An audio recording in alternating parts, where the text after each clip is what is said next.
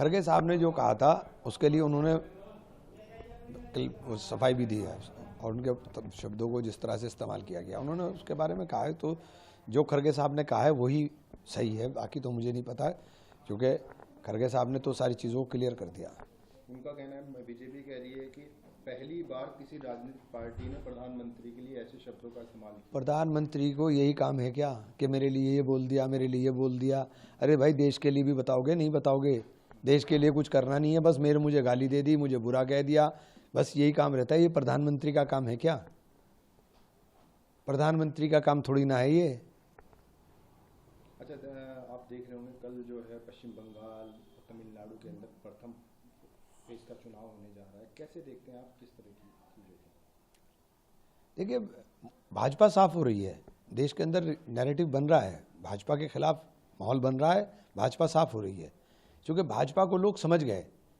ये लोग women reservation पे शोर मचाते फिर रहे हैं। वुमेन रिजर्वेशन तो हो चुका, 2023 में ये पार्लियामेंट से पास हो गया, और अभी आपने लास्ट डे जिस दिन पार्लियामेंट में वोटिंग होनी थी उससे एक दिन पहले 4 बजे, रात को 4 बजे गजट नोटिफिकेशन जारी कर दिया, तो फिर ये तो पार्ट बन चुका ना। तो आप इस पे क्यों चिल्ला रहे कि महिला आरक्षण तो हो चुका। लड़ाई डिलिमिटेशन पे है। डिलिमिटेशन के बहाने आप पूरे देश के अंदर अस्त व्यस्त करना चाहते हैं लोकतांत्रिक व्यवस्था को। लेकिन बीजेपी तो लगातार इसको लेकर महिलाओं के, यही तो हम कह रहे हैं कि बीजेपी जो है झूठ बोलना बहुत अच्छा जानती है, लेकिन झूठ लोगों की समझ में आ रहा है, ये तो कानून का हिस्सा है। आप महिला हितैषी हो तो क्यों नहीं दे देते? आप 543 के अंदर दे दीजिए। तो ये जो पूरा नैरेटिव तैयार किया जा रहा है, क्या आपको लगता है कि ये जिस तरह की चीजें फैलाई जा रही हैं, जो महिला आरक्षण बिल को कांग्रेस ने और अन्य पार्टियों ने नहीं होने दिया, ये देखिए, ये सब झूठा नैरेटिव है। कांग्रेस और अन्य पार्टी डिलिमिटेशन के ऊपर खिलाफ हैं। डिलिमिटेशन के ऊपर हम आपको एक तरफा अधिकार नहीं दे सकते कि आप परिसीमन आयोग बना के 3 आदमी तय करेंगे कि देश का कौन व्यक्ति चुनाव लड़ेगा, कौन व्यक्ति नहीं लड़ पाएगा, वो आप तय करोगे। उसके लिए कोई ना कोई नियम कानून कायदे बनेंगे। उसका कोई परिसीमन आयोग के पास इतनी असीमित शक्तियाँ होंगी कि वो चैलेंजेबल ही नहीं होगा, उसको चैलेंज भी नहीं कर सकता है कोई। देश के हर जिले इस चीज को लेकर खास तौर से प्रधानमंत्री भी तो बताएं, प्रधानमंत्री जी स्पष्ट कर दें, महिला आरक्षण कानून देश में है कि नहीं है, बता दें।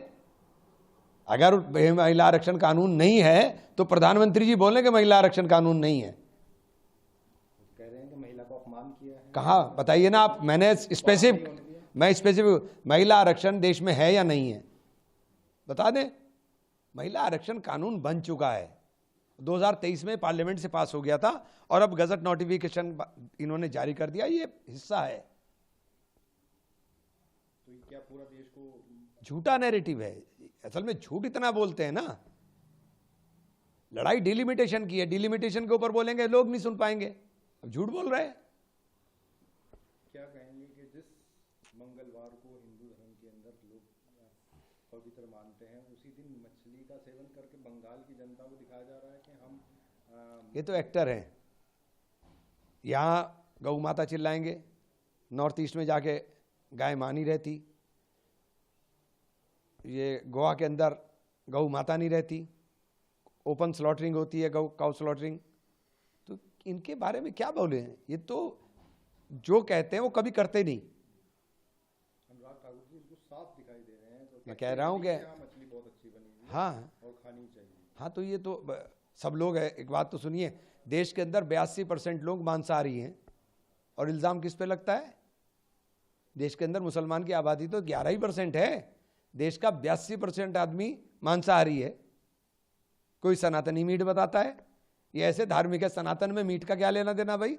तुम सनातनी मीट बांट रहे थे। अनुराग ठाकुर जी कह रहे हैं कि देश के अंदर 16 राज्यों में भाजपा के मुख्यमंत्री हैं, जिसको जो खाना है खाए, जो धर्म अपनाना है अपनाए।